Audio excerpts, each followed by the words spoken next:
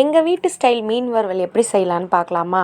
அதுக்கு பார்த்திங்கன்னா நல்லா நாங்கள் எப்போதுமே மோஸ்ட்லி கெண்டை தான் வாங்குவோம். அது மாதிரி இல்லைன்னா கடல் மீன் ஏதாவது வாங்குவோம். இப்போ இந்த கெண்டை பார்த்திங்கன்னா நல்லா உப்பு மஞ்சத்தூள்லாம் போட்டு நல்லா க்ளீன் பண்ணி தண்ணியை அந்த கழுவுன தண்ணியை இருத்துட்டு அகெயின் கொஞ்சோண்டு மஞ்சத்தூள் கொஞ்சோண்டு உப்பு போட்டுட்டு இதில் ஒரே ஒரு ஸ்பெஷாலிட்டி எங்கள் வீட்டில் என்னென்னா, உங்கள் வீட்டில் சேர்ப்பீங்களா என்னன்னு தெரில, அப்படி சேர்த்திங்கன்னா கமெண்ட் பண்ணுங்கள்.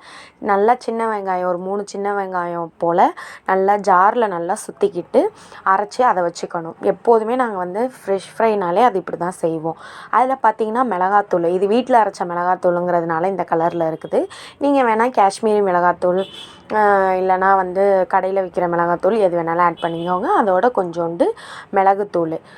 எல்லார் வீட்லேயும் கார்ன்ஃப்ளவர் மாவோ இல்லை மைதா மாவோ தான் போட்டு நல்லா பிசைவீங்க. பட் நாங்கள் பார்த்திங்கன்னா கோதுமை மாவு போடுவோம். அப்போ தான் எங்களுக்கு அந்த ஒட்டாமல் வர மாதிரி இருக்கிறதுனால கோதுமை மாவு கொஞ்சோண்டு போட்டுட்டு அதுக்கப்புறம் புளித்தண்ணி லெமன் ஊற்றினா கூட சில டைம் மீன் ஒட்டிக்கும், வரவே வராது. இந்த புளியை நம்ம மீன் குழம்பு கரைக்கிறோம்னா அப்போ லைட்டாக கட்டியாக கரைச்சி அதில் கொஞ்சோண்டு சேர்த்து நல்லா பிசைஞ்சி ஒரு 1/4 மணி நேரம் நல்லா ஊற வச்சுருங்க.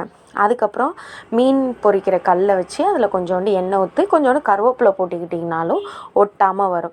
கருவேப்பிலை நல்லா பொரியட்டும். பொரிஞ்சதுக்கப்புறம் நம்ம மசாலா பரட்டி வச்சுருக்க மீனை அதில் போட்டுட்டு ஃபஸ்ட்டு போடும்போது சிம்மில் வச்சு போடுங்க. அப்போ தான் உங்களுக்கு மீன் திருப்பும் போது ஒட்டாமல் வரும்.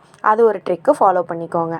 சிம்மில் வச்சுட்டு மீனை போட்டுட்டு அதுக்கப்புறம் ஸ்பீடாக வச்சுட்டு திருப்பி போடும்போது லைட்டாக சிம்மில் வச்சுக்கோங்க.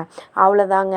2 பக்கமும் பெரட்டி போட்டிங்கன்னா அருமையான கல்லில் போட்ட மீன் வறுவல் ரெடி ஆகிடும். கண்டிப்பாக ட்ரை பண்ணி பாருங்கள். டேஸ்ட்டு வேறு லெவலில் இருக்கும். எஸ்பெஷலி அந்த சின்ன வெங்காயத்தோட டேஸ்ட்டு தான் செம்மையாக இருக்கும். நம்ம சேனல் பிடிச்சிருந்தால் லைக் பண்ணிக்கோங்க.